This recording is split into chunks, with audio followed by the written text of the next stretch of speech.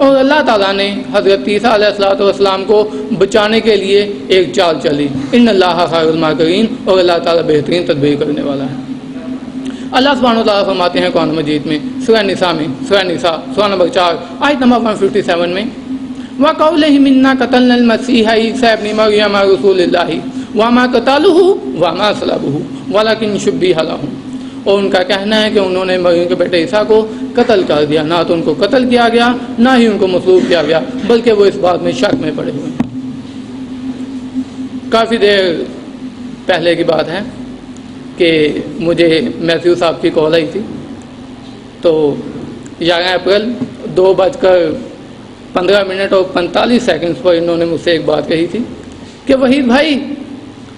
ہم بھی چاہتے ہیں آپ لوگوں کی طرح کہ آپ بھی ہمارے ساتھ جنت میں جائیں. تو بہت سے جو میرے کرسچن بہن بھائی ان کا یہ عقیدہ ہے کہ مسلمان لوگ کبھی بھی جنت میں نہیں جا سکتے،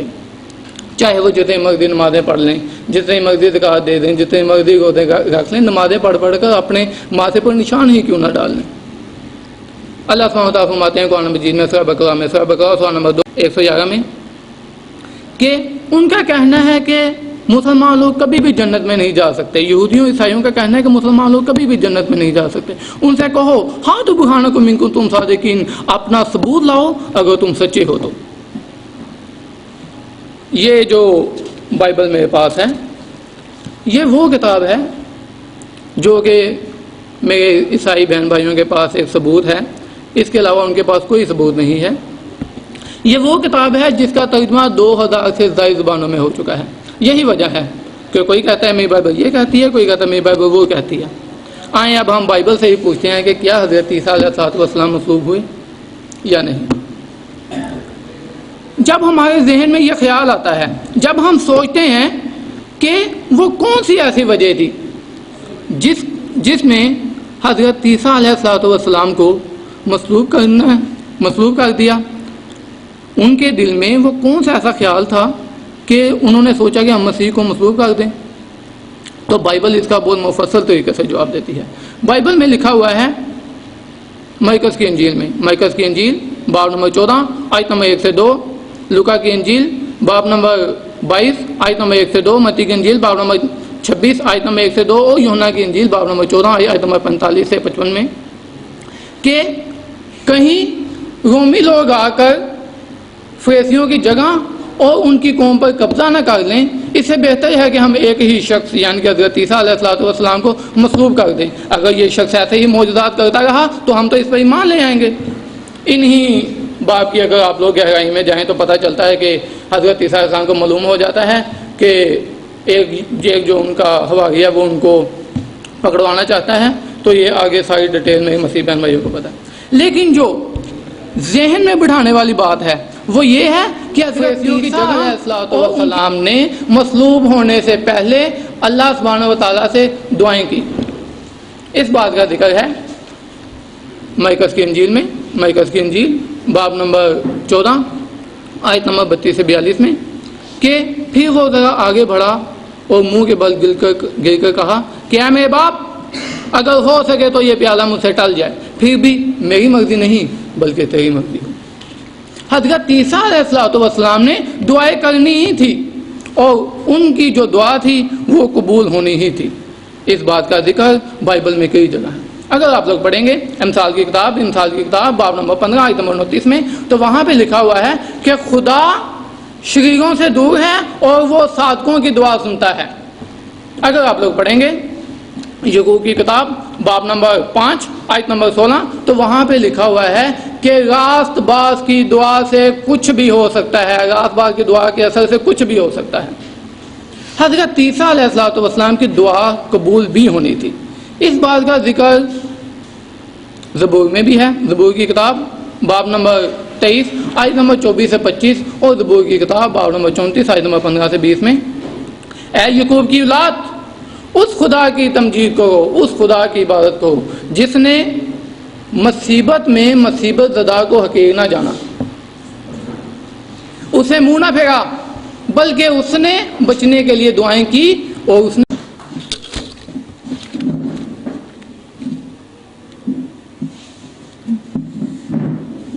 سب کو شام کا سلام پہنچے. چڑھتے سورج کو گالیاں دینا ہے یہی مشغلہ اندھیروں کا, اور شب پرستوں کے روٹھ جانے سے کام رکتا نہیں سویروں کا. واز جیزس ریئلی کروسیفائڈ, یہ آج کا ہمارا ٹاپک ہے, جس کے بارے ابھی ہمارے بھائی مولانا عبد الوحید صاحب جو تھے انہوں نے اپنے خیالات کا اظہار کیا, اور انہوں نے بتایا کہ ایسا کچھ نہیں ہوا, اور یسوع مسیح جو تھے وہ مصلوب نہیں ہوئے, اور یہ مسیحیوں کا جو یہ ماننا ہے وہ سراسر غلط ہے, اور بھی بہت سی باتیں. لیکن رائٹ ناؤ میں اپنی کیس پریزنٹیشن کروں گا اور ان کی باتوں کو میں ریفیوٹ نہیں کروں گا. فی الحال جو مسیحی جس طریقے سے مانتے ہیں میں اس کی طرف بات کروں گا. یسوع مسیح مصلوب ہوئے یا کہ نہیں ہوئے, یہ معاملہ اس سے پہلے کہ ہم اسے مذہب میں چیک کریں, مذہبی کتابوں میں چیک کریں, یہ معاملہ دراصل تاریخ کا معاملہ ہے کہ کیا ایسا ہوا, کیا کبھی ایسا ہوا کہ مسیح مصلوب ہوئے. لہٰذا اگر آپ نے یہ پتہ کرنا ہے کہ نیو یارک کہاں ہے تو ضروری ہے کہ آپ جغرافیے کی کتاب میں سے ڈھونڈیں, اور اسی طرح اگر آپ نے یہ پتہ کرنا ہے کہ انسان کا دل کہاں ہوتا ہے تو وہ بایولوجی کی کتاب میں آپ کو ملے گا. اور اگر کسی تاریخی واقعے کو آپ نے جانچنا ہے کہ کیا کبھی تاریخ انسانی میں ایسا ہوا ہے یا نہیں, تو اس کے لیے بھی ہمیں تاریخ کی مدد لینی چاہیے. لہٰذا آئیں ہم دیکھتے ہیں کہ کیا تاریخ اس بارے میں کچھ بات کرتی ہے کہ یسوع المسیح صلیبی موت مرے. تو سب سے پہلے میں چاہتا ہوں کہ ان لوگوں کی جو شہادت ہے لی جائے جنہوں نے مسیح کو صلیب چڑھانے کے لیے رومی حکومت پر زور ڈالا, اور وہ تھے یہودی. اور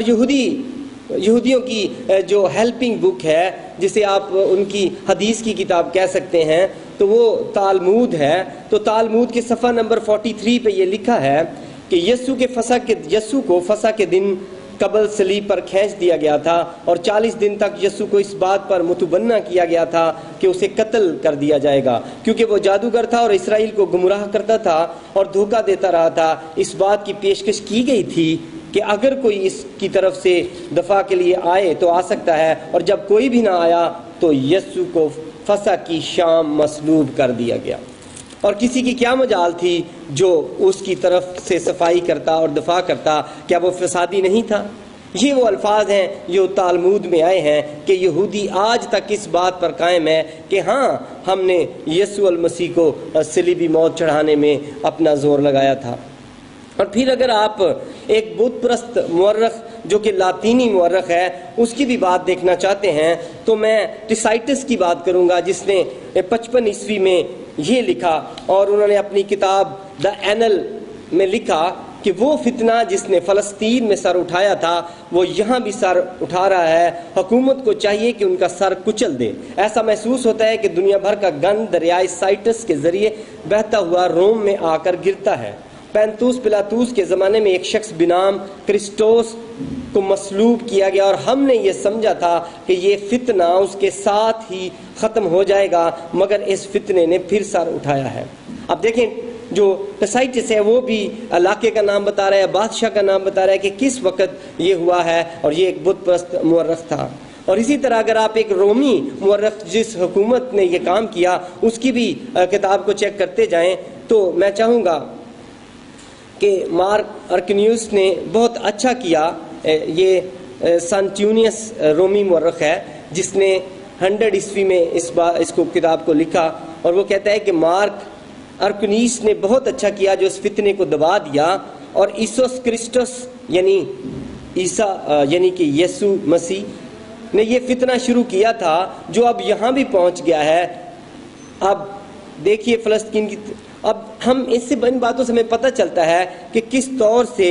یہ تواریخ میں ان باتوں کو درج کیا گیا ہے اور تواریخ میں ان حوالوں کو لکھا گیا ہے. اور پھر یہودی مورخ جو کہ بہت مشہور مورخ ہے جوزفس, وہ ایک بہت بڑا تاریخ دان تھا. رومی حکومت میں اسے ایک اچھی جگہ ملی تھی, اور اس نے اپنی کتاب جیوش وار اور پھر اپنی کتاب اینٹیکس آف دا جیوز میں بھی اس بات کا ذکر کیا، اور اس نے اپنی کتاب میں کہا ہے کہ مسیح ایک اچھے انسان تھے، لیکن افسوس کہ رومیوں نے اس مقدس ہستی کو سٹیج سے ہٹا کر صلیب پر چڑھا دیا، اور جوزفس نے اس بات کو بیان کیا ہے۔ لہٰذا ہم تاریخ میں دیکھتے ہیں کہ ہمیں تاریخ میں اس بات کا کافی جو ہے وہ ملتا ہے کہ کس طرح سے یہ سب کچھ ہوا اور کس طرح سے یہ معاملہ جو تھا تاریخ کا حصہ بنا۔ لیکن چونکہ ہمیں ان کی بھی گواہی لینی چاہیے جو اس بات کو مانتے ہیں، یعنی کہ مسیحی۔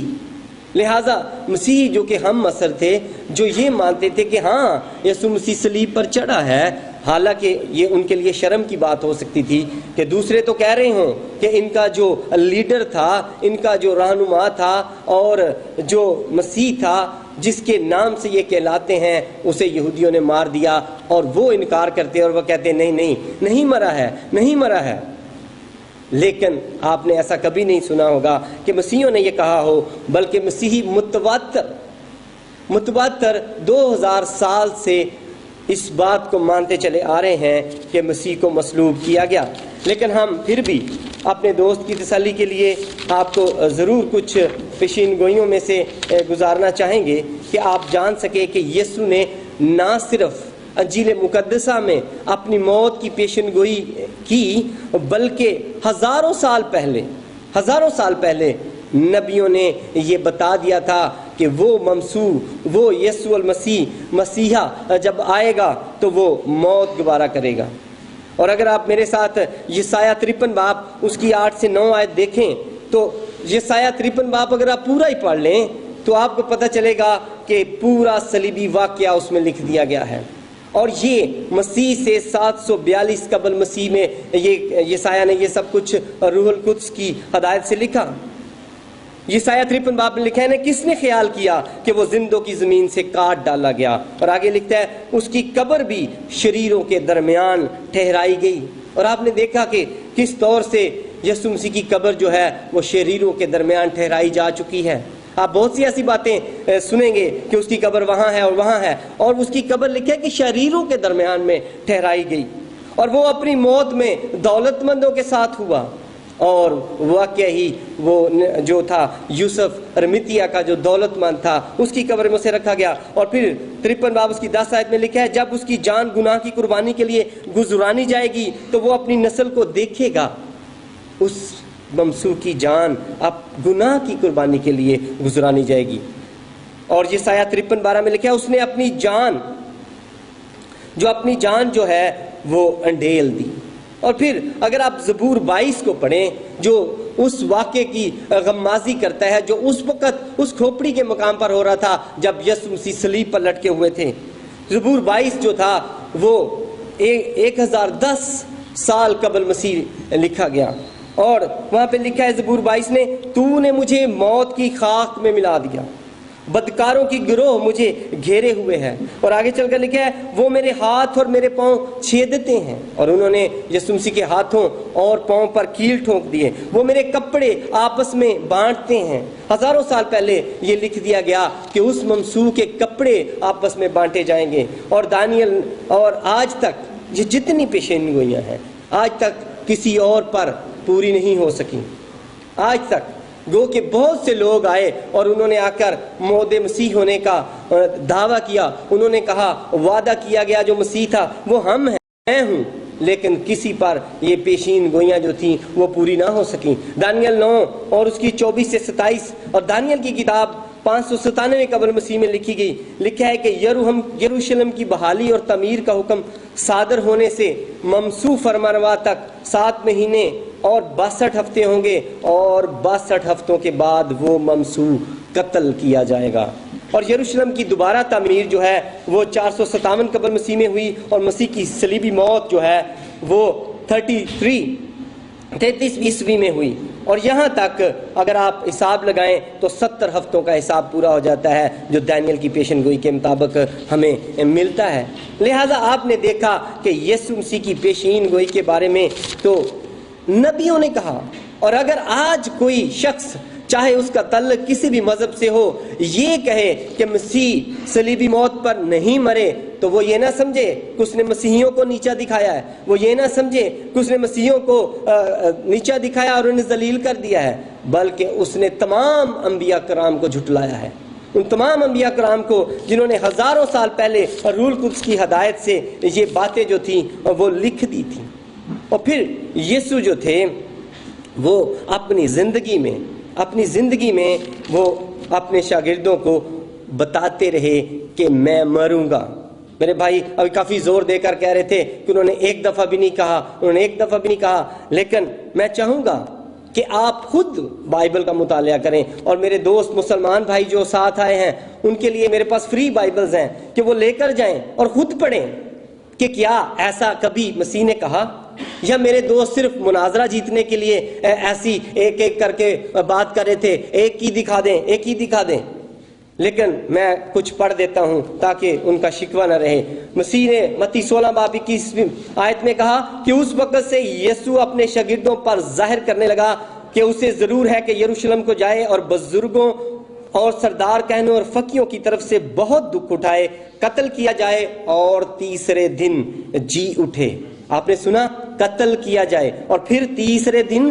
جی اٹھے۔ مسیح نے اپنے شاگردوں کو یہ کہنا شروع کر دیا تھا، اور متی 20:28 میں لکھا ہے، چنانچہ ابن آدم اس لیے نہیں آیا کہ خدمت لے، بلکہ اس لیے کہ خدمت کرے اور اپنی جان بتیروں کے بدلے فدیہ میں دے دے۔ مسیح نے یہ الفاظ کہے، اور مسیح نے اپنی موت کی طرف ایک عجیب طریقے سے بھی اشارہ کیا۔